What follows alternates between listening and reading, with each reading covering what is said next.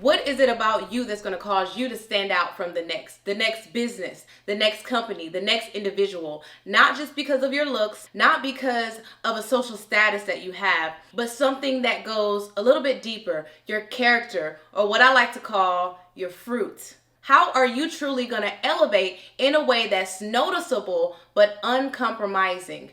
That is called the spirit of excellence.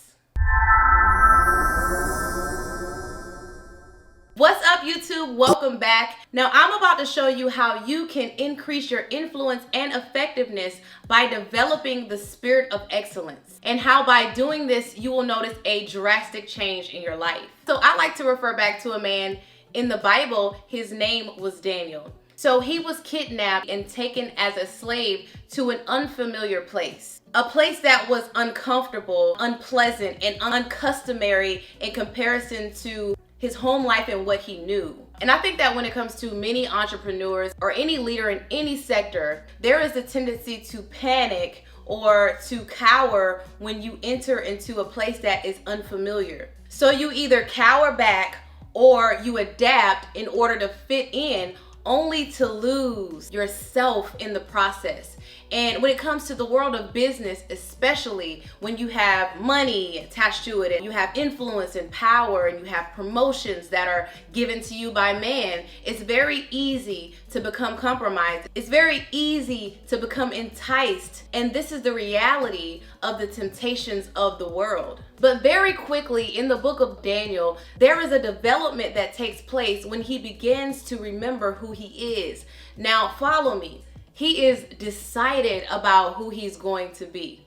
You can't go into an atmosphere, you can't go into an environment, you can't run a business, start a business, lead your family, lead your children, and not decide that you're going to be authentic to your internal being, your knowing or your desires that are in alignment with your core values and your morale. Very important. Now, you may have never heard of the story of Daniel, but what's really fascinating about it is that he wasn't the only kid that was enslaved. There were other children that were also enslaved with him. So there were different influences on his identity and his decision making at the time.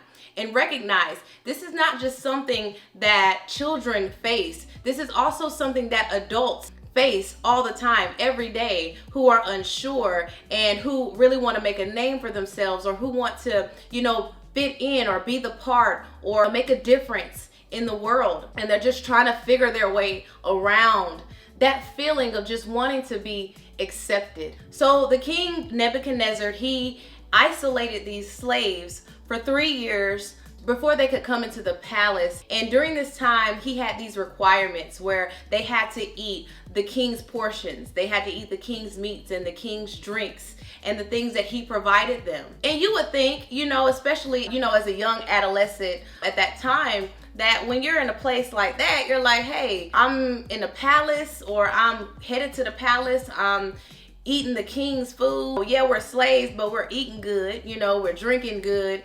And you've got everybody else that are doing the same thing, so why not try to fit in, or why not do what everybody else is doing?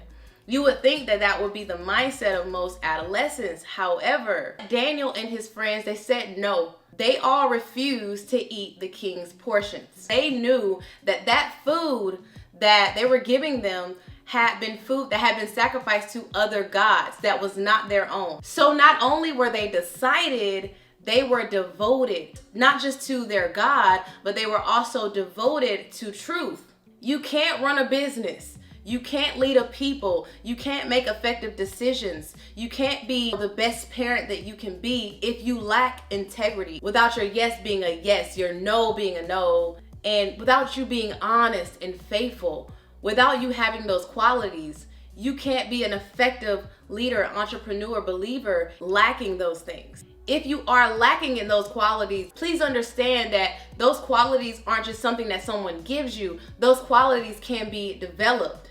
You have to develop those qualities. But how do you do that? You have to recognize your weaknesses, but don't stay there. You then have to focus or hyper focus on the total opposite of that weakness. Because it's not just about the weakness for you, it's about how you are developing into a better version, constantly developing it into a better version of yourself. No matter how long it takes, no matter how hard it gets, you have to be determined to see it through to the very end. Winners, champions, see everything through to the very end. So the man in charge of Daniel and his friends, he heard them say no.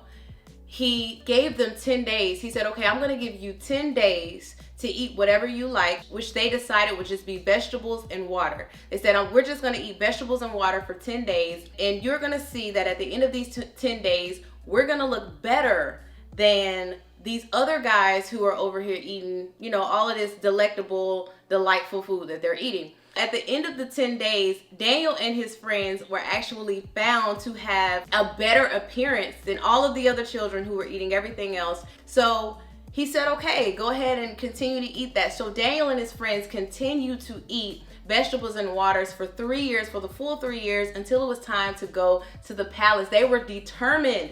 He was determined to see that through to the end. He made a decision, it followed through in his heart, and he was committed with his very being into following through and making it happen. The Bible says that at the end of the 3 years, that when they were brought in to see the king, that none were found like Daniel and his friends.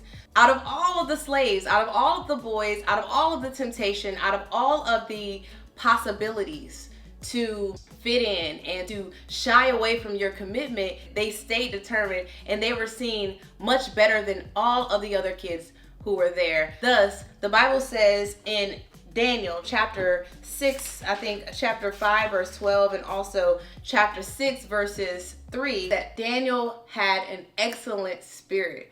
This is important because in order to run a business, in order to be effective, and in order to develop yourself in a way that's going to be effective for you, in a way that's going to impact others the most, and in a way that's going to be transformative in your life and for those around you, you must begin to develop the spirit of excellence. Remember, they were determined. It started with their mind, and then it flowed down to their devotion, their heart. It flowed into their heart. And then they were completely determined to see it through to the end. You have to be willing to be decided and devoted to what you're doing, not be lazy, to really give it your all and let your work speak for you, not try to get over on people or take advantage of others, or try to illegally or compromisingly try to get to the top. You don't have to do that. You don't have to compromise your way to the top.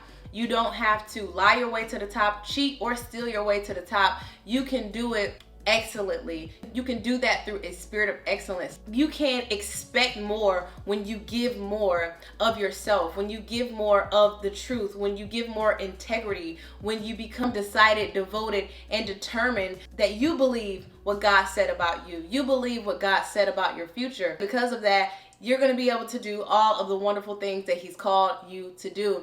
Guys, I hope that y'all enjoyed that. Please like and subscribe, comment on my channel. Let me know what you guys think about this. I want to have more conversations like this because, again, we are leaders, we are dreamers, we're visionaries, and it is our goal to do it excellently. It is our goal to do it in such a way that it is pleasing to God, because remember, when you do things the right way, God is going to reward you with favor. That's what I believe, truly. So keep walking uprightly, walking your abundance, and y'all be great. All right, I love y'all. I'll see you next time in the next video. Bye.